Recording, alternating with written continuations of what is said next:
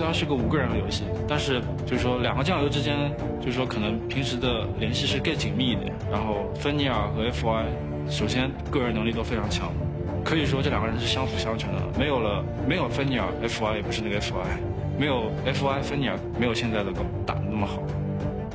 我觉得我芬尼尔应该是最默契的一个辅助了，都是有失误也不会去提。然后我打得不好的时候，他会鼓励我；然后他打得不好的时候，我会鼓励他。这几年 FY 成长了很多，然后又过了1年，他从队员现在变成了队长，然后我们也一起拿了不少冠军。我非常感谢他在这1年就陪伴我们一起成长。游戏当中，我觉得成长的最多的还是很多时候他能给大家一个依靠吧。而 FY 对 VG 来说，就像是马尔蒂尼对 AC 米兰，或者说托蒂对罗马那样，他就是 VG 的象征，现在 VG 的招牌。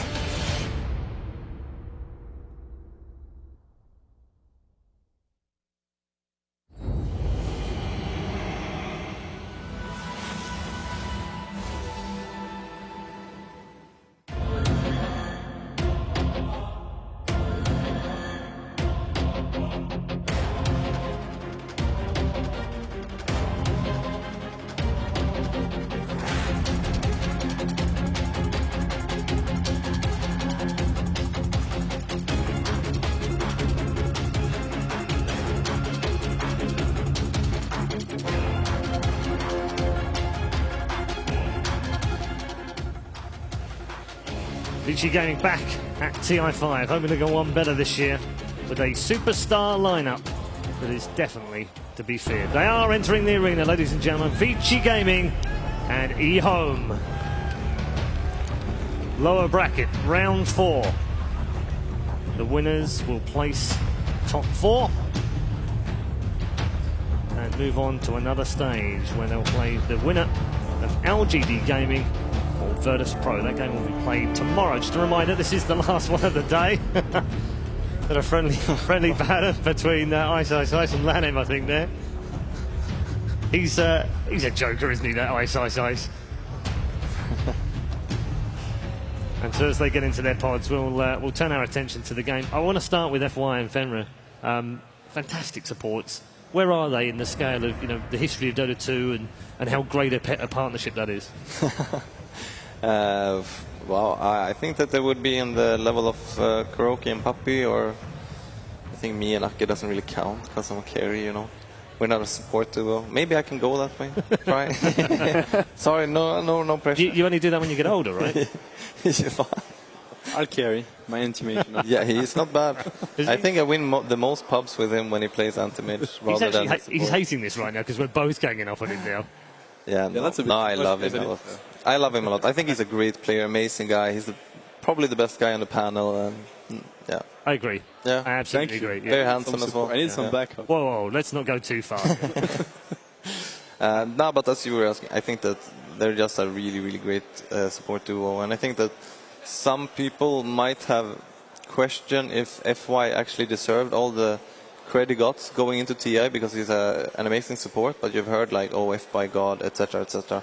But here at TI, I think that, watching his Rubik, yeah. I think that we can't really question if he is as good as people think, because he's been performing really, really well, and I think that if not for him, Vici would probably be out of the tournament by now. So, yeah, I think that they live up to the legacy or whatever you want to call it. Yeah, that was also true during TI4. He played like a beast. Him and Zai were, commonly called the two best players. It's very hard to say a best player in a game like Dota, but he lives up to it, and at TI he performs at his very best. Yeah, he seems to bring out his best.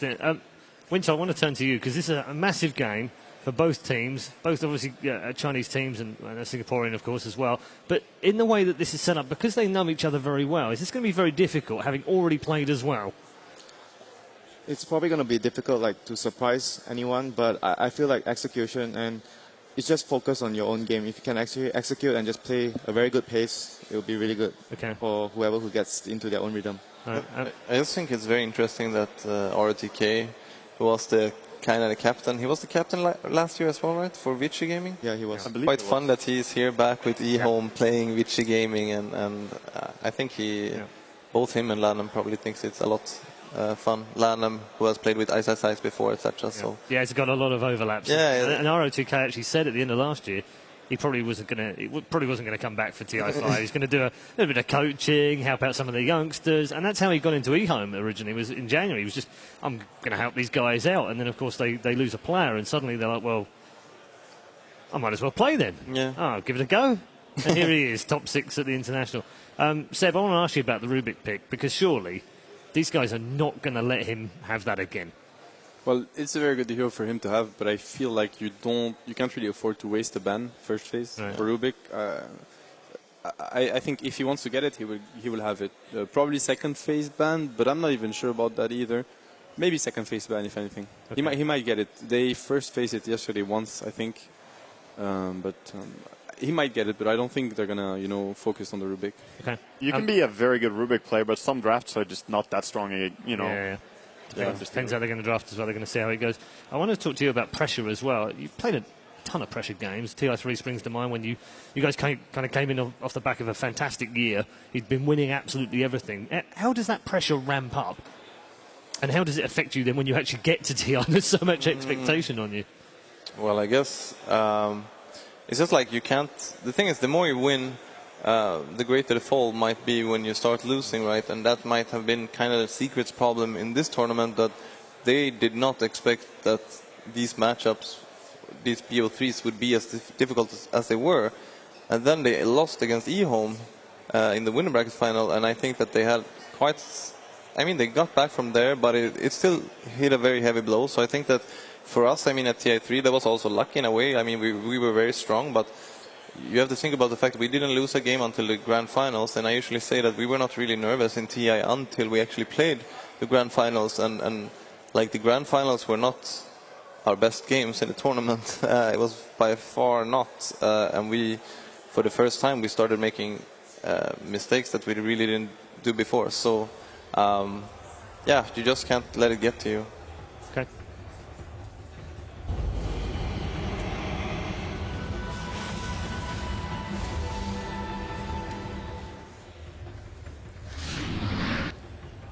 eHome versus VG Gaming. Here we go then. Game 1 draft, just 3 games away, or 3 matches away from winning the International. A winner in this game, or this series, takes you through to the top 4. We're into the draft right now. Loda, stick around and help us out with the draft. I've been on vacation, so I don't want to take the pressure of like making good comments. You're going to draft. Leshrak has been removed from the game. A bit surprising for some, perhaps, but not for me, because I'm such an expert when it comes to the game. Do you know, I've only been sat here for 4 days. Even I know that Leshrak goes out first. Come on, man. Yeah, I don't know. Yeah, what to say about this game? I think it's just very standard in this current, like TI5, it's been standard that Bounty Hunters first ban every phase. That's very curious, because before TI5, that was not really the case.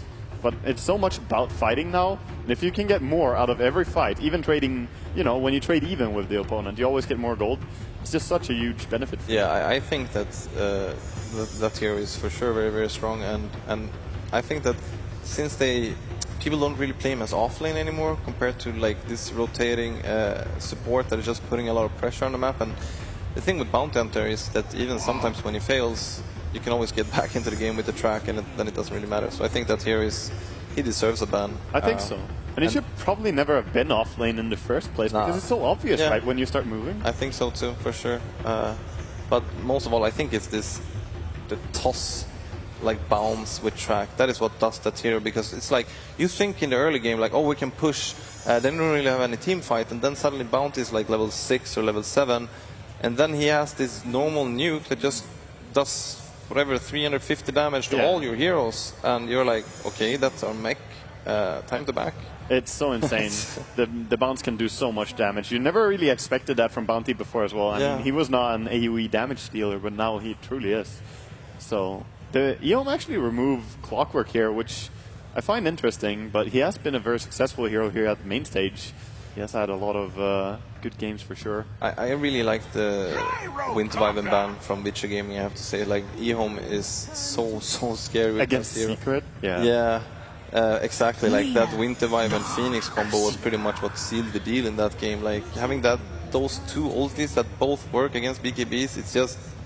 And they were behind when they took that fight. Yeah, they were like 18-10 or something, and then they just crushed them. Yeah, it was really cool to see that RTK gets his Darkseer. It's going to be a good game, we can see from just that. And I didn't have it was Lina and Darkseer, right? Yeah, Lina and Darkseer. Yeah. And Gyro first pick.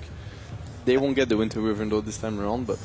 Yeah, but still it's like a bit compared to like what I said about Secret's game, is that now eHome already have a decent combo with Darkseer. I mean, if they, for example, if this Lina will hold the like quality of Chinese Lina players in this tournament, we will probably expect like some 4-man triple stun. So I really like the picks. We really have in this tournament 2 different ways to play Darkseer. Like there's the Chinese Darkseer, which is really the team fight oriented Darkseer, and the Secret Darkseer that we saw was more of a just push out the lanes, pressure the map, find pickoffs, just out rotate the opponent. Yeah. So I did a lot of solo plays where RTK, I don't really see him do those kind of plays so often, but...